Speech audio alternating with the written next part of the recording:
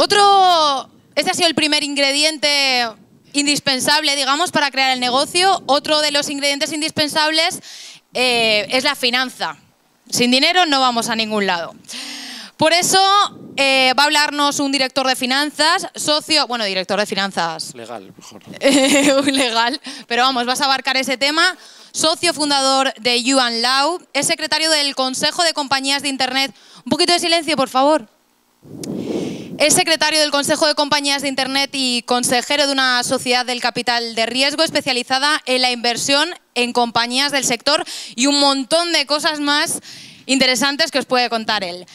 Su ponencia trata sobre la estructura de la inversión y el pacto de los socios y él es Gonzalo Ulloa. Un aplauso porque he visto que ponías que estabas nervioso. Gracias.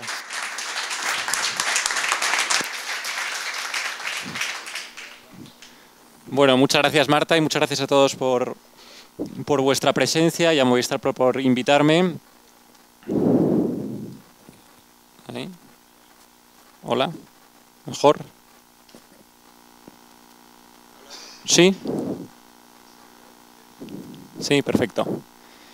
Bueno, sí, decía que estaba un poco nervioso porque por manteneros un poco atentos, ¿no? Después de Lean Startup y de hablar del producto, como ha contado Álvaro, que la verdad es que ha sido muy, muy interesante, toca un poco la parte más financiera y, bueno, más legal en este caso, ¿no? O sea, yo soy socio fundador de un despacho de abogados que asesoramos a emprendedores y a inversores en el sector tecnológico y estamos especializados un poco en la estructura de socios.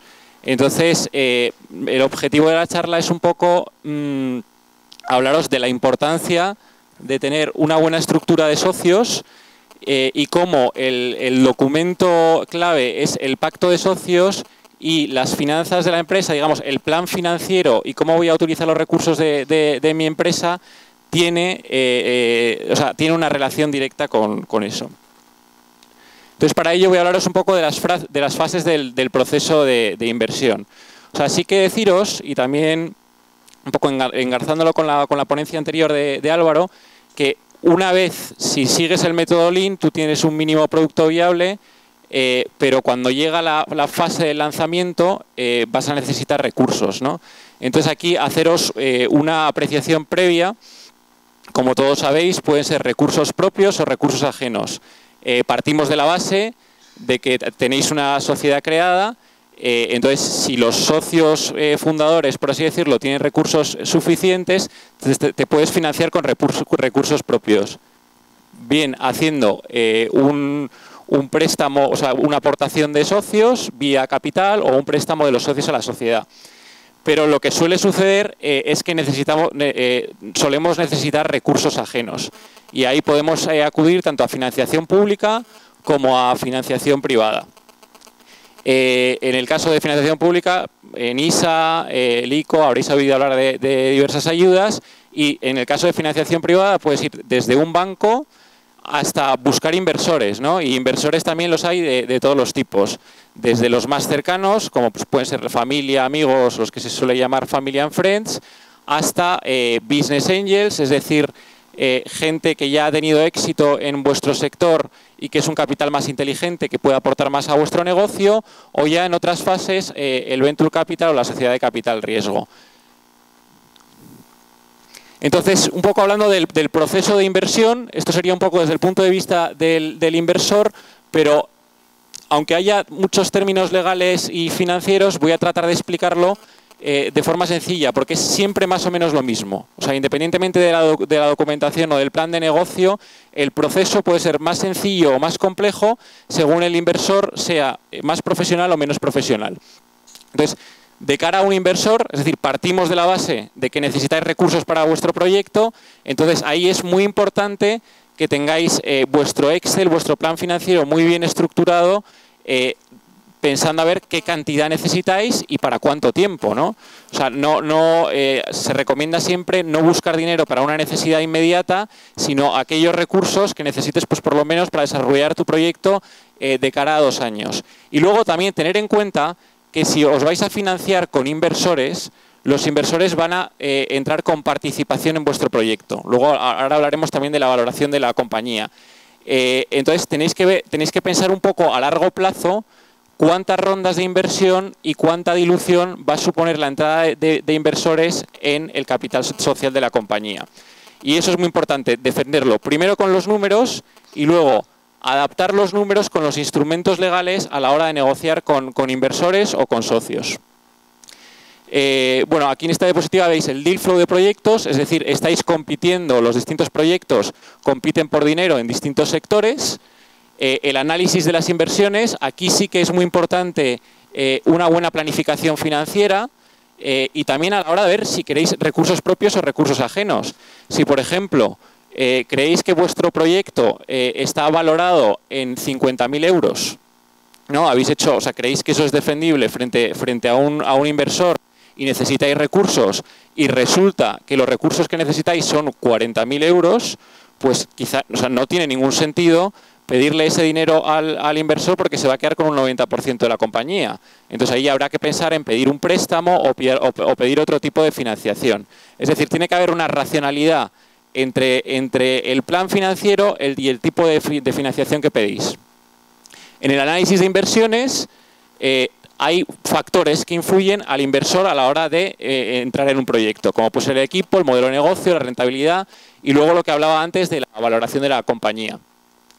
Luego está la decisión de la inversión, ¿no? Entonces aquí hablaré para que veáis la repercusión económica que tiene este tipo de negociaciones, ¿no? Cómo toma la decisión un inversor, qué es un term sheet, un acuerdo de confidencialidad, el proceso de due diligence que existe tanto desde el punto de vista financiero, desde el punto de vista legal, desde el punto de vista tecnológico, qué son las manifestaciones y garantías, el pacto de socios y la operación de entrada del capital en una sociedad.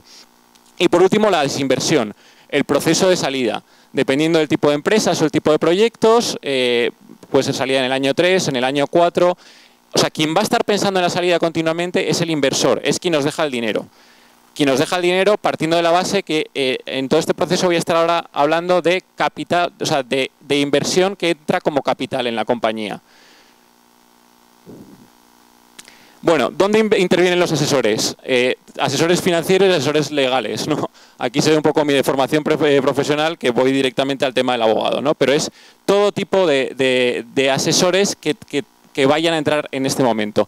Entonces, estas diapositivas coloreadas aquí es donde intervienen los abogados. Pero el asesor financiero, por así decirlo, o sea, es muy bueno que dentro de vuestro proyecto haya alguien ocupado del tema financiero. Y se podrá necesitar apoyo externo o no. Pero de cara a ver cuánto dinero necesitas, estamos partiendo de la base de que ya tienes un producto mínimo viable, de que has testeado el mercado y dices, oye, para el lanzamiento necesito tanto dinero, para empleados necesito tanto dinero. Entonces tú ya ahí ves un poco la estructura de la inversión. Y no solo miras a corto, sino que miras a largo, porque no es para el primer año, para el lanzamiento, sino es qué porcentaje de mi proyecto estoy dispuesto a perder para que entren recursos para poder financiarme y crecer. Entonces, todo esto se hace previa a la negociación. Tú ya tienes que tener ahí un plan financiero que es una parte del plan de negocio. Y entonces ya ahí ahí ya empieza la ronda de contactos con posibles inversores. En el caso de que estemos con inversores profesionales, iremos analizando ahora los distintos documentos que entran en juego. Vale, muy importante. ¿Por qué pongo esta diapositiva aquí? Para que tengamos claro el funcionamiento de una sociedad, ¿no? Y quién decide qué y cómo se decide eso. Pues a mí me gusta siempre poner el ejemplo de un país, un parlamento y un gobierno. Pues en el caso de que la sociedad sea ese país, el parlamento, por así decirlo, son los socios. Es decir, va a haber una votación en determinadas cosas que van a votar los socios. Pero quien gobierna, por así decirlo, es el órgano de administración. Es decir, el que prepara el plan de negocio es el órgano de administración. El que va a responder frente a los socios es el órgano de administración. La Junta General de Socios elegirá al órgano de administración y aprobará las cuentas anuales, pero es el órgano de administración quien formula las cuentas y quien prepara y quien lleva a cabo la ejecución del día a día.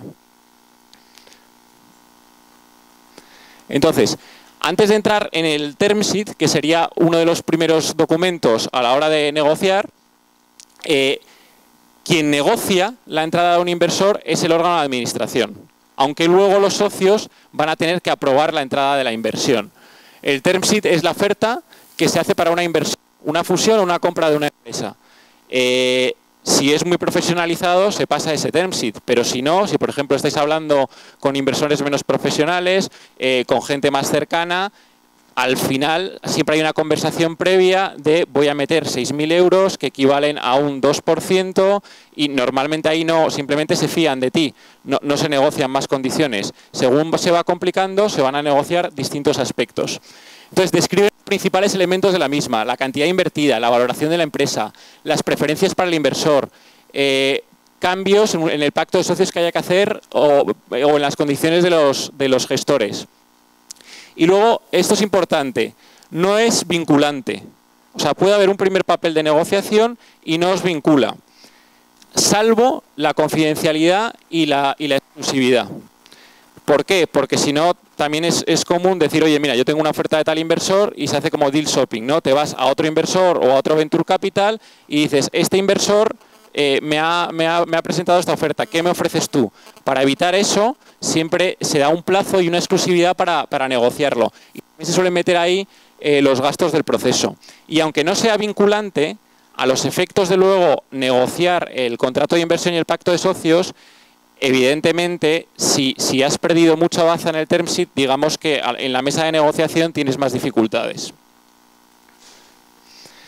La due diligence. Esto es como la auditoría, ¿no? O sea, quien va a invertir en tu empresa y va a ser socio de tu empresa, quiere ver qué hay dentro, para ver qué riesgos hay ahí. Como os decía antes, hay auditoría financiera, es decir, oye, pues para empezar, bueno, o auditoría de producto, ¿no? O sea, ¿cuál es tu producto? Si tiene una base tecnológica, ¿cómo lo estás vendiendo? ¿Qué números tienes? ¿Qué proyecciones tienes? Esto se ha visto un poco antes porque también a la hora de negociar la valoración de la compañía, todo esto influye. Contingencias legales, laborales, fiscales, es decir, si la empresa tiene algún tipo de problema y que en un futuro eso pueda suponer un coste o una contingencia, ¿no? Y esto tiene un impacto en el precio. ¿Por qué? Porque las contingencias se valoran económicamente. Es decir, después de que has revisado todo lo que hay en la empresa, eso puede reducir el precio de la entrada del inversor. ¿Por qué? Porque hay un riesgo. Ese riesgo que se detecta en la auditoría se plasma en un documento diciendo, oye, en propiedad industrial e intelectual tenéis este riesgo, en asuntos laborales este riesgo. Y los socios dicen, estamos bien en esto y en esto. Manifestamos a los inversores que hemos cumplido, que no tengamos ninguna contingencia fiscal, o al revés, ¿no? O hacen un disclosure, es decir, revelan, oye, aquí tenemos tal problema. Se ha dado acceso a determinada documentación, tanto desde el punto de vista financiero y desde el punto de vista legal, y en las manifestaciones y garantías reflejan qué es lo que está bien y qué es lo que se ha encontrado como contingencia. Todo esto es previo a que ya se va a plasmar en un contrato de inversión y pacto de socios. ¿Qué es el pacto de socios? En una sociedad, decíamos que quien gobierna la sociedad es el órgano de administración, que responde frente a los socios. El pacto de socios sería las normas que se dan los socios entre sí sobre determinadas particularidades. Cuando constituís una sociedad, la sociedad tiene unos estatutos y esos estatutos son las normas internas de la sociedad que se inscriben en el registro mercantil. Pero el pacto de socios regula muchas más cosas más complejas que no se pueden meter en los estatutos. Entonces, siempre que hay un impacto económico, es decir, aquí estaríamos hablando de una entrada de Family and Friends, de Business Angel, de Venture Capital, eso tiene un impacto y hay que regularlo mediante un pacto de socios. Bueno, esto es lo que os comentaba, ¿no? O sea, son convenios, son contratos, no hace falta ir al notario, se puede firmar en privado porque no es público. Igual que los estatutos se escriben en el registro mercantil, el pacto de socios es confidencial. De hecho, solo son públicos cuando son sociedades cotizadas. Es una herramienta que complementa los pactos estatutarios y, aunque sea recomendable escritura pública, sobre todo para ponerlo frente a un juez, en fases iniciales no se tiene por qué elevar a público. Entonces, este documento que os comentaba, que es el contrato de inversión y pacto de socios, ¿qué cuenta? Pues hay unos expositivos en el que se comenta las causas de la operación, es decir, que los inversores han conocido a los emprendedores, que les ha interesado el proyecto, que quieren invertir en él. Se regula cómo se va a invertir, si se aumenta el capital o si los fundadores venden participaciones.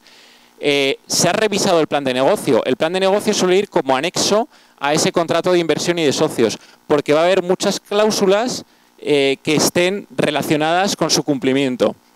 Se determina cómo se nombra el órgano de administración. Hay derecho de información para el resto de los socios.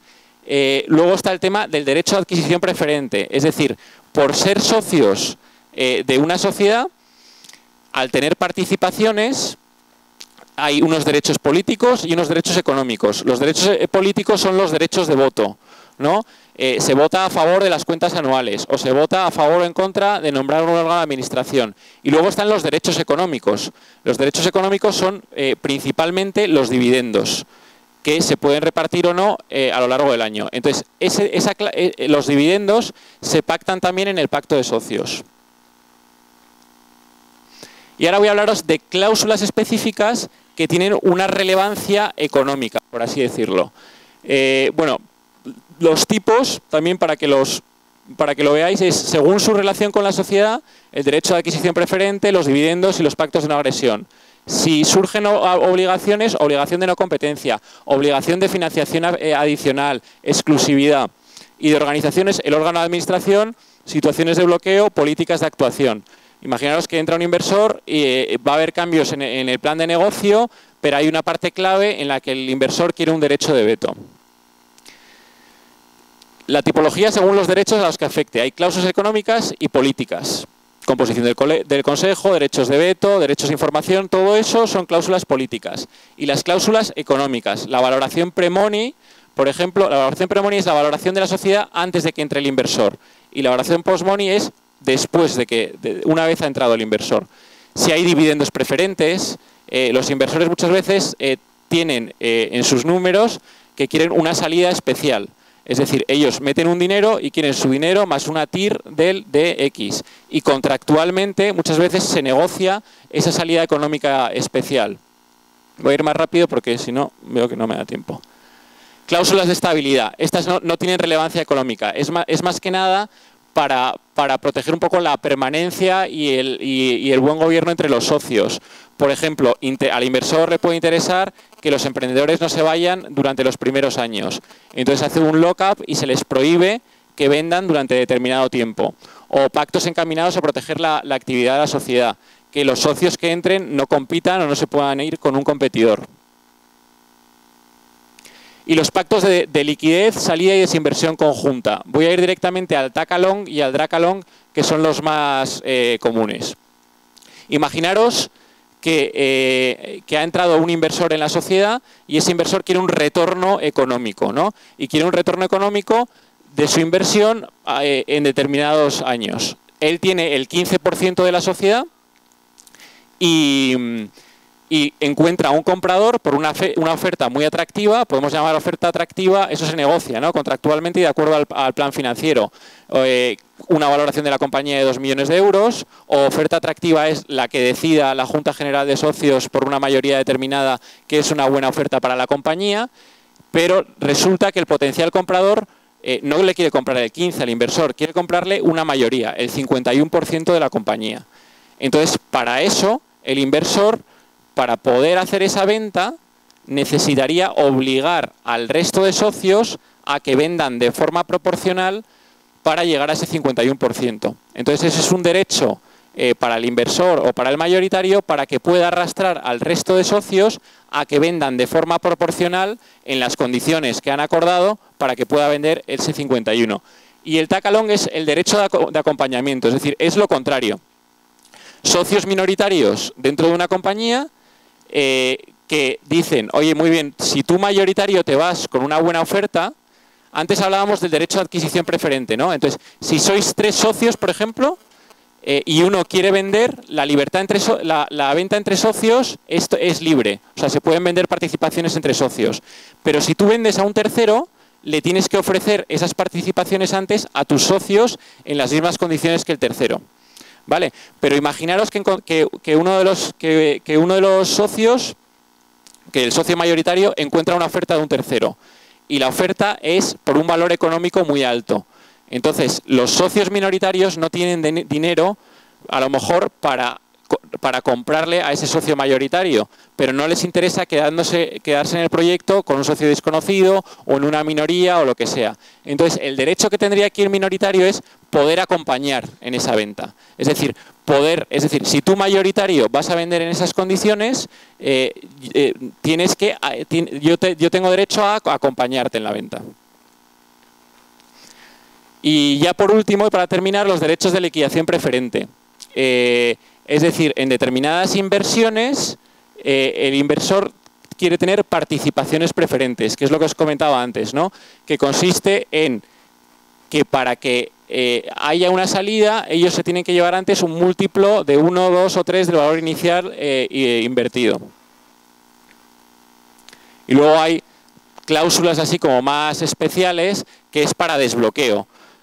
Si, por ejemplo, entre dos socios, una de las partes requiere a la otra para que le compre la participación de la compañía a un precio determinado, no se ponen de acuerdo, entonces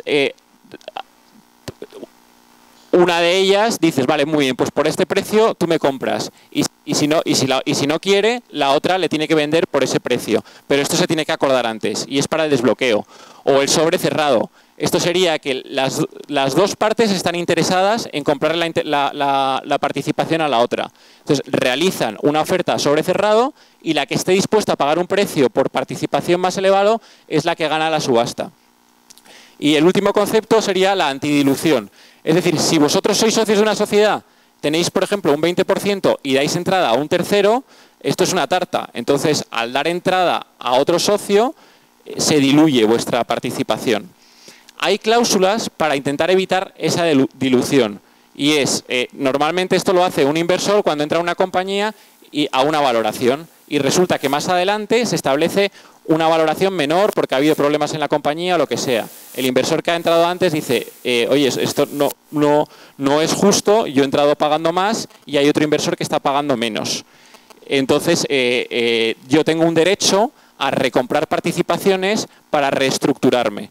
Y también se suele poner al inversor que muy bien, que tiene ese derecho, pero para que tenga ese derecho tiene que pagar. Bueno, muchas gracias.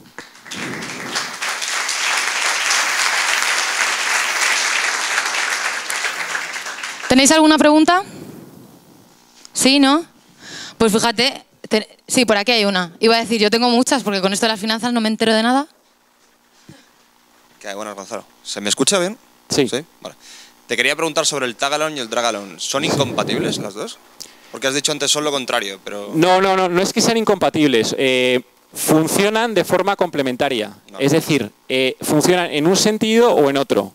Es en un supuesto de hecho, si lo ejerce el mayoritario o el que quiere arrastrar, o si lo ejerce el minoritario o el que quiere acompañar. No son incompatibles.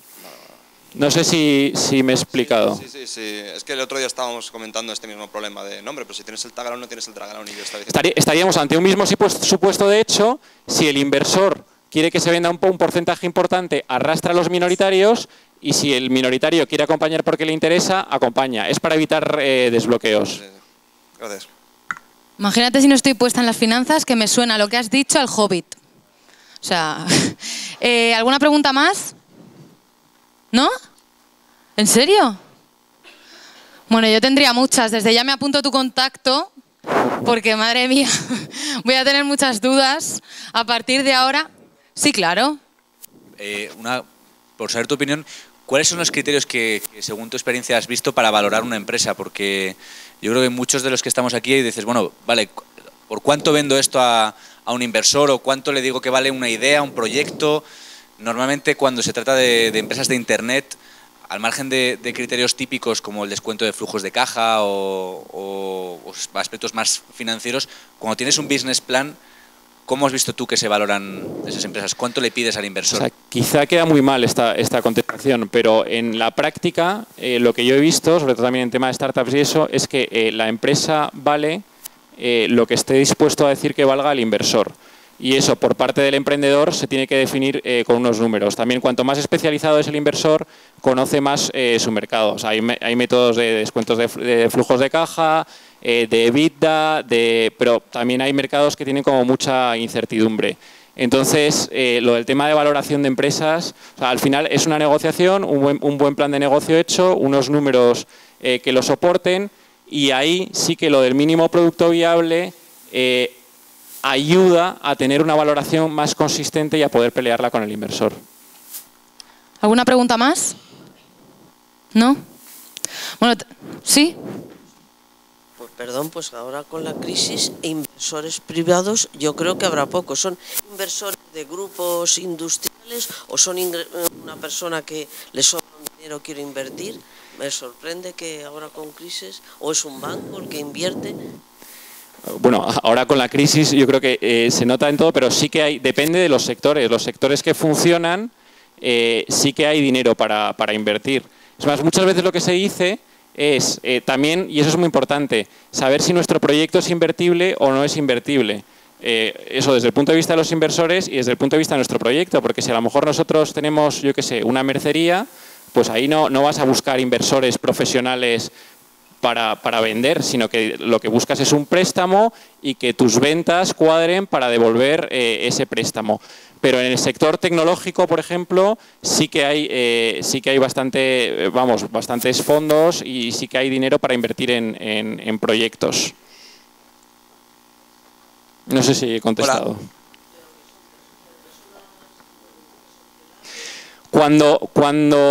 Cuando son proyectos pequeños, o sea, para empezar un proyecto normalmente, y si tú lo quieres financiar dando entrada en la sociedad, a quienes primero llamas es a la gente que tienes cercana y que puede invertir un dinero.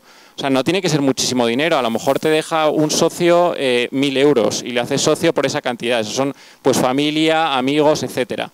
Los business angels, es decir, son aquellas personas físicas que han tenido éxito haciendo determinado tipo de negocio. Si han tenido éxito, normalmente han vendido, con lo cual tienen un dinero para invertir, que tampoco es mucho y así que es un dinero más importante, pero es lo que llaman dinero inteligente, porque ha participado en algo de tu sector, le ha ido bien, tiene contactos, te invierte dinero y además te abre puertas. Hola. Sí. Sí, hola. Hola, me llamo Víctor Rodado, que es que antes no lo he dicho cuando he hecho la anterior pregunta. ¿Qué es más común? ¿Encontrar un business angel que se moje cuando ya tiene un producto mínimo viable? ¿O encontrar un business angel que se moje solo con el concepto y con un plan de negocio y con unos números, sin un producto mínimo viable? ¿Y por qué? Es decir, ¿qué es lo que más ves tú en el mercado actualmente? Imagino que te relacionarás con muchos inversores y que lo habrás visto, ¿no? Sí, o sea, yo también estoy más relacionado con el sector de Internet, nuevas tecnologías.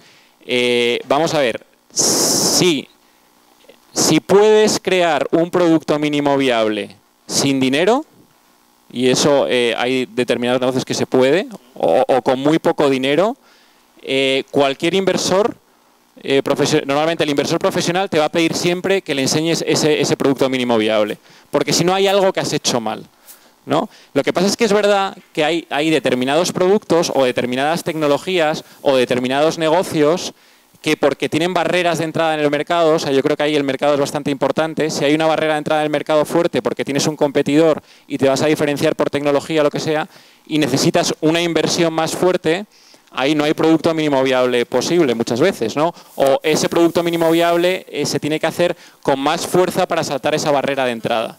Entonces, si eso es sostenible frente al inversor, el inversor no va a tener, o el business angel no va a tener ningún problema en hacerlo.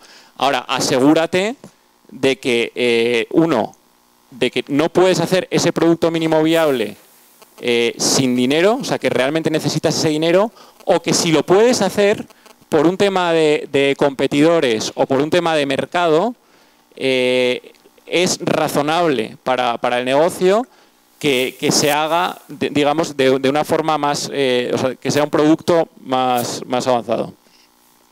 Muchas gracias, Gonzalo. Veo que todavía ha quedado alguna duda pendiente por ahí, no sé si alguna más, pero bueno, supongo que te vas a quedar también, ¿no? Sí. Pues muchas gracias. Muy bien, muchas gracias, Marta.